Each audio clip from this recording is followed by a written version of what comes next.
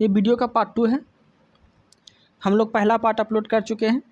26 number question बोला गया है, पटना उच्च न्यायालय के वर्तमान मुख्य न्यायाधीश कौन है? तो के विनोद चंद्रन हो जाएंगे। और ये जो है 29 मार्च 2023 ईस्वी को पटना उच्च न्यायालय के मुख्य न्यायाधीश के रूप में शपथ लिए हैं। ओके, आगे देखते हैं। आगे 27 नंबर, हाल ही में पेपर जो है खबरों में था वो क्या है? तो एक चक्रवात है। क्या है? तो चक्रवात है। खबरों में रहा विपर जो एक चक्रवात था, यह जो है अरब सागर तथा गुजरात के समुद्र तट से टकराया था और इसका नामकरण जो किया था वो बांग्लादेश किया था। ओके, तो ये चीज़ आपको याद रखना है। 28 नंबर देखते हैं।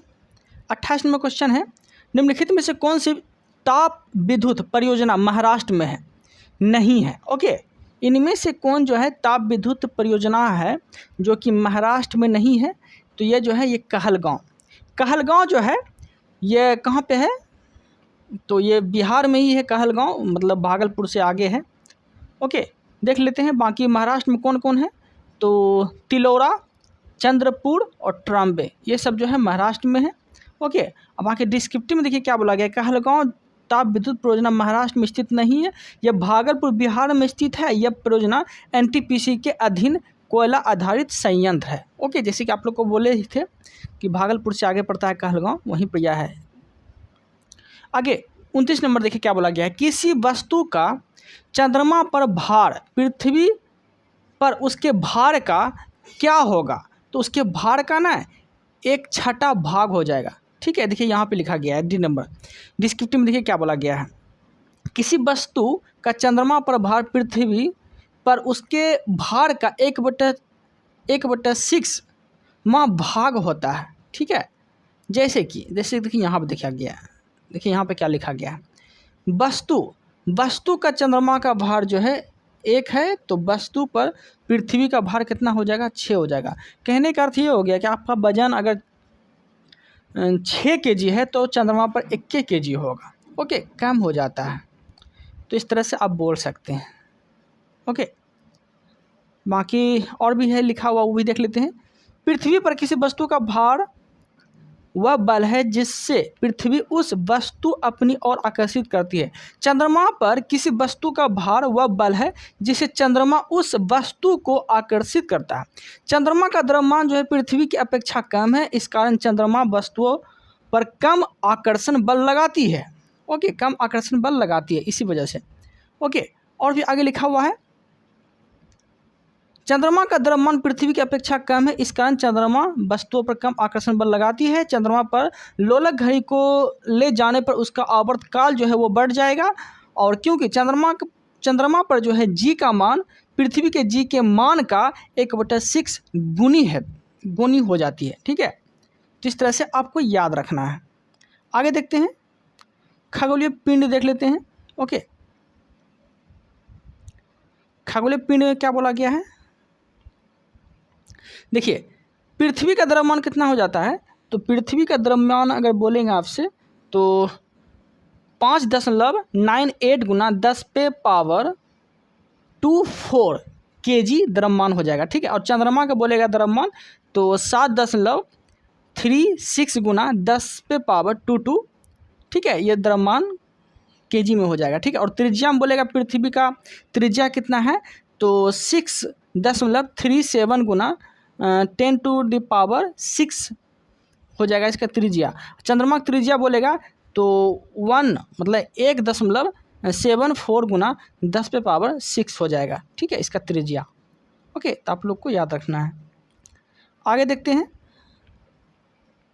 पानी का क्वथनांक सेल्सियस में होता है। तो पानी का क्वथनांक जो है सेल्सियस में 100 डिग्री सेल्सियस होता है। ठीक है, डिस्क्रिप्टिव में देखते हैं क्या क्या चीज़ लिखा हुआ है। देखिए डिस्क्रिप्टिव में क्या बोला गया है, पानी का जो क्वथनांक होता है वह 100 डिग्री सेल्सियस होता है, और वायुमंडलीय दाब पर वह तापमान जिस द्रव पर उबलने लगता है उसे उसका क्वथनांक कहते हैं। क्वथनांक समष्टि गुण है, और द्रव के सभी कणों को इतनी ऊर्जा मिल जाती है कि वे वाष्प में बदल जाते हैं। ठीक है, जल के लिए यह तापमान अगर बोलेंगे, जल के लिए तापमान तो 373 केल्विन हो जाएगा। सेल्सियस में 100 डिग्री सेल्सियस हो जाएगा, बराबर 273 + 100 दोनों को मिलाने पर जो है 373 केल्विन हो जाता है। ओके, तो ये चीज़ आपको याद रखना है। देखते हैं 31 नंबर देखिए क्वेश्चन क्या बोला गया है कि रिवर्स रेपो रेट में वृद्धि, रिवर्स रेपो रेट में वृद्धि क्या है, तो तरलता घटाती है। ठीक है, तरलता घटाती है। बाकी देखते हैं डिस्क्रिप्टिव में क्या है, तो देखिए रिवर्स रेपो रेट में वृद्धि से तरलता घटती है। रिवर्स रेपो दर वह दर है जो भारतीय रिजर्व बैंक अपने ग्राहकों को उनसे लिए गए अल्पकालिक ऋणों पर प्रदान करता है। ठीक है, रिवर्स रेपो दर का प्रयोग आरबीआई द्वारा वाणिज्य बैंकों से अल्पकालिक ऋण लेकर अर्थव्यवस्था से तरलता को निकालने या कम करने के लिए किया जाता है। ठीक है, कम करने के लिए किया जाता है। आगे क्या है, तो आगे है वाणिज्य बैंक के पास पूंजी में कमी होगी, बाजार में तरलता में कमी होगी, परिणाम स्वरूप बाजार दरों में वृद्धि होगी रिवर्स रेपो रेट की वजह से। ठीक है, और अर्थव्यवस्था में तरलता में कमी होगी, उपभोग, व्यय, निवेश में गिरावट अर्थात समग्र मांग में कमी होगी। ठीक है, मुद्रास्फीति नियंत्रण, वस्तुओं एवं वस्तुओं की कीमतों में कमी होगी। ठीक है, इस तरह से आपको याद रखना है। 32 नंबर देखिए क्वेश्चन क्या बोला गया है, 32 नंबर है गागर में सागर भरना मुहावरे का अर्थ क्या होता है। तो गागर में सागर भरना का मुहावरे का अर्थ क्या हो जाता है कि घोड़े मतलब थोड़े शब्दों में अधिक कहना। कहने का अर्थ ये हो गया कि गागर में सागर भरने का मुहावरे का अर्थ होता है कि थोड़े शब्दों में अधिक कहना। ठीक है, अब देखिए गागर में सागर भरना मुहावरे का सही अर्थ होता है थोड़े शब्दों में अधिक कहना। ठीक है, अन्य विकल्प असंगत ऐसे वाक्यांश जो अपने समान अर्थ के स्थान पर विशेष अर्थ प्रकट करते हैं वह क्या कहलाते हैं, तो मुहावरे कहलाते हैं। ठीक है, जैसे कि 9 2 11 हो जाना, ये सब क्या है, भाग जाना। इस तरह से आप याद रख सकते हैं। देखिए और भी मुहावरे का अर्थ है वो देख लेते हैं। हथेली पर सरसों का उठाना, ये क्या है, असंभव कार्य करना। हथेली पर सरसों का उठाना क्या है, असंभव कार्य करना। छाती दूनी होना, क्या है, छाती दूनी होना मतलब कि उत्साहित होना। अक्ल के घोड़े दौड़ाना मतलब सिर्फ कल्पना करना। ठीक है, अक्ल के घोड़े दौड़ाना मतलब सिर्फ कल्पना करना। आगे देखते हैं 33 नंबर क्वेश्चन बोला गया है धुआंधार प्रपात का संबंध किस नदी से है। तो धुआंधार जलप्रपात जो है वो नर्मदा नदी पे है। ठीक है, इसका डिस्क्रिप्टिव पढ़ लेते हैं और भी जानकारी मिल जाएगा। डिस्क्रिप्टिव में देखिए क्या बोला गया है। धुआंधार जलप्रपात जो है ये नर्मदा नदी पे है, ये चीज़ याद रखिएगा। ओके, और जब नदी का जल किसी स्थान पर खड़े ढाल से ऊपर भाग से अत्यधिक तीव्र गति से नीचे की ओर गिरती है तो उसे जलप्रपात कहते हैं। भारत के अधिकांश जलप्रपात जो है पठारी प्रदेशों में पाए जाते हैं क्योंकि यहाँ की भू आकृति अत्यधिक ऊंची नीची तथा शैली कठोर हैं। ठीक है, कठोर हैं। और आगे क्या बोला गया है कि धुआंधार जलप्रपात नर्मदा नदी पर स्थित है जो मध्य प्रदेश राज्य के जबलपुर जिले में है। और धुआंधार और कपिलधारा जलप्रपात ये भी नर्मदा नदी पर ही स्थित है। तो आप फंसिएगा नहीं, धुआंधार और कपिलधारा जलप्रपात जो है दोनों जो है नर्मदा नदी पर ही स्थित है। ओके, बाकी मैथ है तो मैथ तो बनाना पड़ेगा आप लोग को। ओके, 35 नंबर देखते हैं। गुरु दक्षिणा शब्द में कौन सा समास है। गुरु दक्षिणा शब्द में कौन सा समास है, तो वो यह जो है वो तत्पुरुष समास है। ठीक है, तत्पुरुष समास है। बाकी देख लेते हैं और भी चीज़ लिखा हुआ है। देखिए गुरु दक्षिणा शब्द में तत्पुरुष समास है। और समास जब दो या दो से अधिक शब्दों से मिलकर जो नया शब्द बनाता है उसे समास कहते हैं। जैसे कि समास के भेद की बात बोलेंगे तो समास के 5 भेद हैं। कौन कौन, तो अव्ययबाहु समास, तत्पुरुष समास, बहुव्रीहि समास, द्विगु समास, द्वंद्व समास और कर्मधारक समास। तो एग्जाम में डायरेक्ट पूछ लेगा कि समास कितने प्रकार के होते हैं, तो 6 प्रकार के होते हैं। ठीक है, 6 प्रकार के होते हैं। ओके, कर्मधारक समास लास्ट में हो जाएगा। आगे आगे देखते हैं तत्पुरुष समास। तत्पुरुष समास जो है, तत्पुरुष समास में दूसरा पद प्रधान होता है। इस समास का विग्रह करने पर कारक प्रकट होता है। जैसे कि गुरु दक्षिणा शब्द का समास विग्रह करने से प्राप्त होता है। गुरु के लिए दक्षिणा विग्रह में कारक चिन्ह के लिए प्रकट हुआ, अतः यहाँ तत्पुरुष समास होगा। ठीक है, गुरु दक्षिणा पुरुष जो है वो तत्पुरुष समास है। आगे देखते हैं सिनेमेटोग्राफ संशोधन विधेयक 2023 का मुख्य उद्देश्य क्या था? तो इसका मुख्य उद्देश्य क्या था? तो पायरेटेड फिल्म कंटेंट को रोकना और वायु अनुसार रेटिंग सुनिश्चित करना। ठीक है, डिस्क्रिप्टिव देख लेते हैं। आगे सिनेमेटोग्राफ संशोधन विधेयक 2023 का मुख्य उद्देश्य पायरेटेड फिल्म कंटेंट को रोकना और आयु अनुसार रेटिंग सुनिश्चित करना। इस विधेयक की घोषणा सूचना प्रसारण मंत्री अनुराग सिंह ठाकुर के द्वारा किया गया था। ठीक है, आगे देखते हैं। आगे है निम्न में से किसका प्रयोग कांच पर लिखने के लिए किया जाता है? तो हाइड्रोजन फ्लोराइड का प्रयोग किया जाता है। ठीक है, हाइड्रोजन फ्लोराइड का प्रयोग किया जाता है। आगे देखते हैं डिस्क्रिप्टिव में क्या बोला गया है कि हाइड्रोजन फ्लोराइड का उपयोग जो है कांच पर लिखने के लिए किया जाता है और कांच पर नक्काशी करने के लिए हाइड्रोजन फ्लोराइड जिसे बोलते हैं HF, ठीक है, का प्रयोग किया जाता है। इसका अन्य नाम बोलेंगे तो फ्लोराइड्रिक, हाइड्रोफ्लोरिक तथा हाइड्रोनियम फ्लोराइड है। ठीक है, यह जो है जल में हाइड्रोजन के साथ विलयन है। ओके, तो ये सब चीज़ आपको याद रखना है। बाकी हाइड्रोजन बंधन सब है। 38 नंबर देखते हैं। 1915 में भारत लौटने के बाद गांधी जी जो है डैश की कपड़े पहनने का निर्णय लिया। ठीक है, तो इसका आंसर देख लेते हैं। देखिए 1915 में जो है आंसर बी हो जाएगा। 1915 में भारत लौटने के बाद गांधी जी जो है काठीवाड़ी किसान की तरह कपड़े पहनने का निर्णय लिया। 1921 में जाकर उन्होंने वह छोटी धोती धारण की जिसे वे आजीवन पहनते रहे। ठीक है, आजीवन पहनते रहे यार। ये सब जो क्वेश्चन है NCERT कक्षा नंबर 9 में पेज नंबर जो है 74 में लिखा हुआ है। ठीक है, ताकि आप लोग कंफ्यूज हो तो वो वहाँ जाके देख सकते हैं। ठीक है, कि क्वेश्चन सही है, तो आंसर हो जाएगा इसका बी। ओके, 39 नंबर देखते हैं।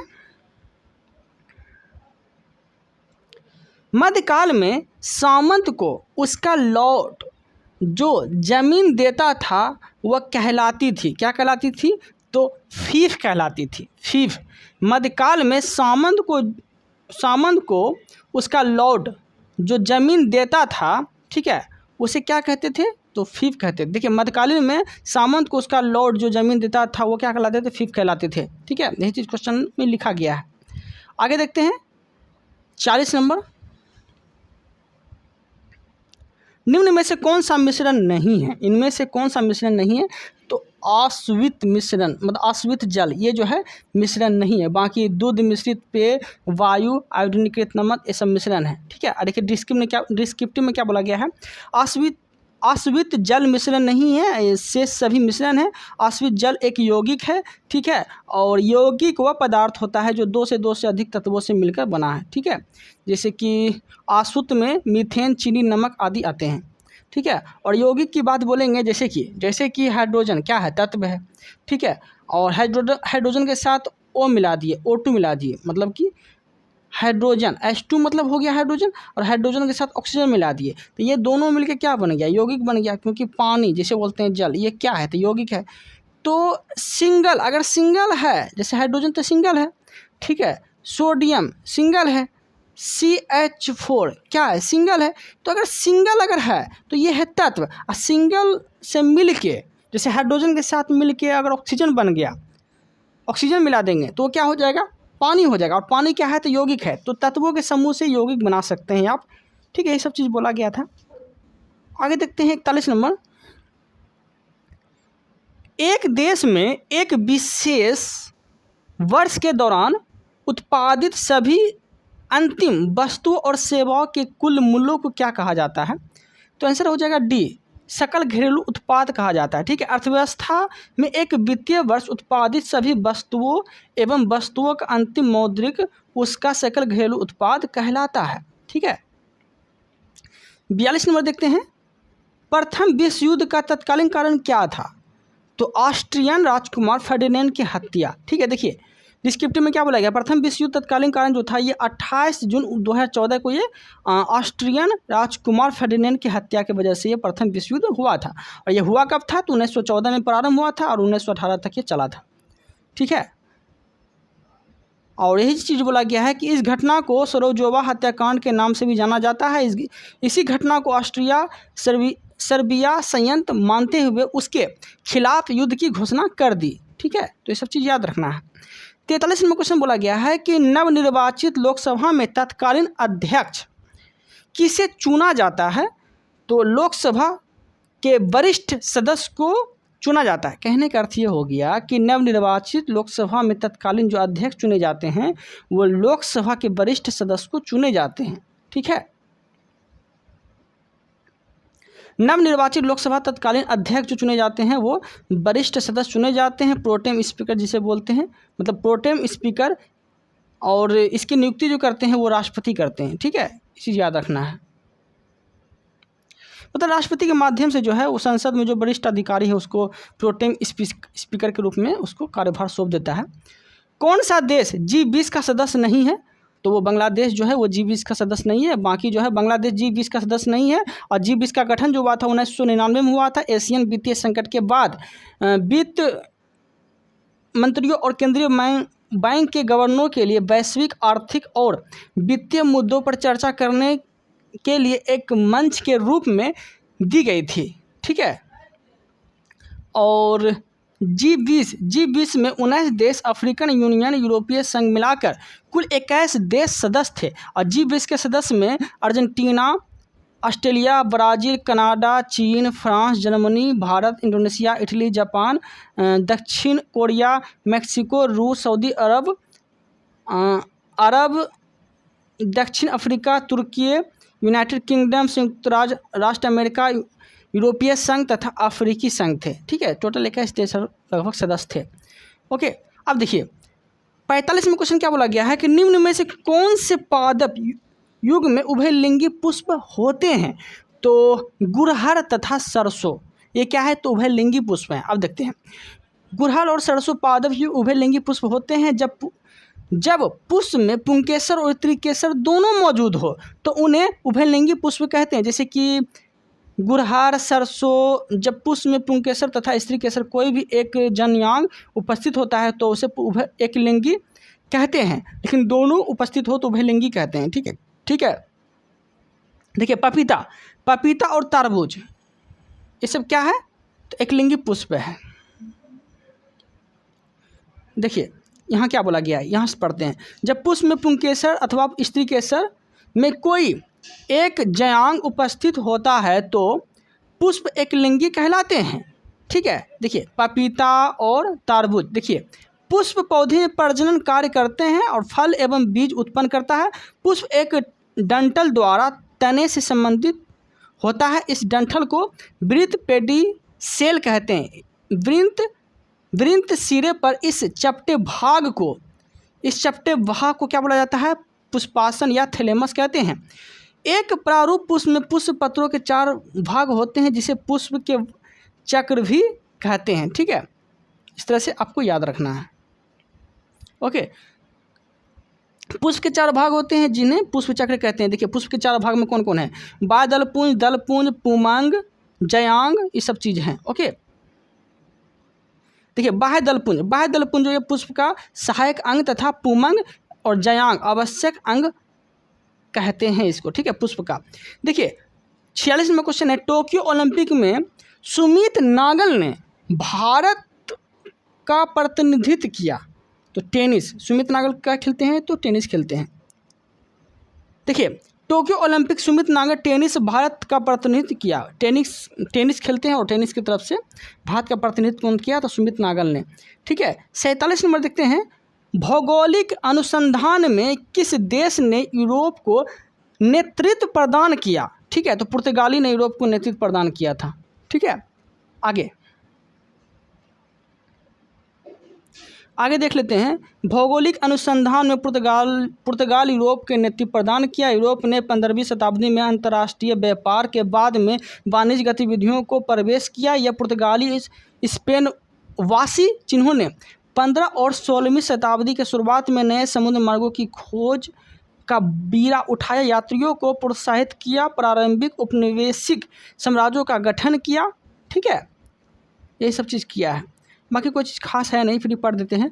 पुर्तगाल के राजकुमार हेनरी द नेविगेटर के नेतृत्व में इसकी शुरुआत की गई। इसी समय बार्थोलोमे डियास पुर्तगाली व्यापारी द्वारा 1488 में केप ऑफ गुड होप की खोज किया था, जो कि अफ्रीका में पड़ता है। अफ्रीका महाद्वीप का सबसे दक्षिणी बिंदु है केप ऑफ गुड होप, याद रखिएगा। तो उपरांत कोलंबस स्पेन द्वारा 1492 से अमेरिका की खोज किया गया था। वास्को डी गामा जो खोज किया था भारत का, वो 1498 में भारत के समुद्री मार्ग की खोज किया था। ये सब चीज़ बोला गया है।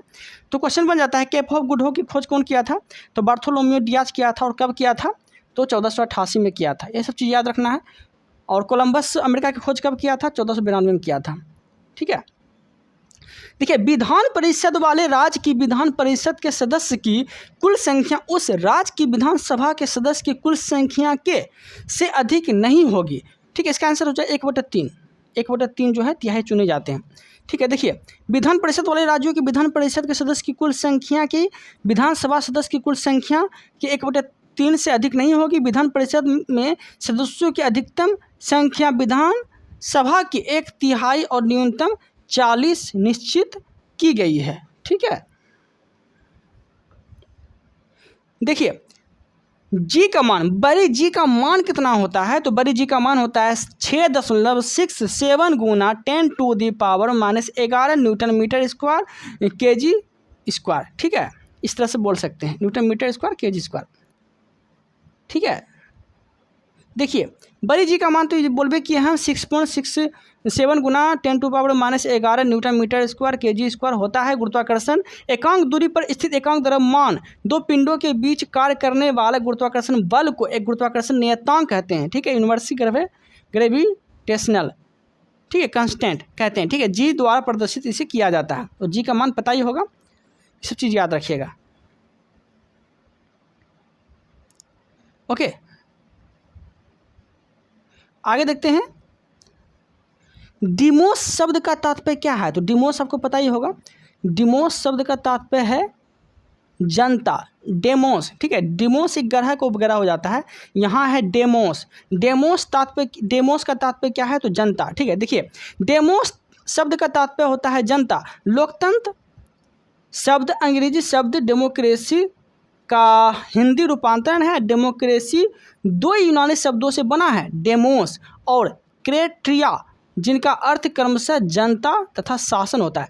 क्रेटिया का अर्थ बोलेगा तो जनता या शासन बोल सकते हैं। ठीक है, और डेमोस का अगर तात्पर्य अर्थ बोल दिया तो जनता बोल सकते हैं। ठीक है, यहाँ तक कोई दिक्कत नहीं है, इसको यहाँ तक ही रखते हैं। 25 क्वेश्चन करके हम आज 50 क्वेश्चन कर लिए, और वीडियो का पार्ट 2 है। आप लोग अगर मेरा पार्ट 1 नहीं देखे हैं तो जाके देख लीजिए।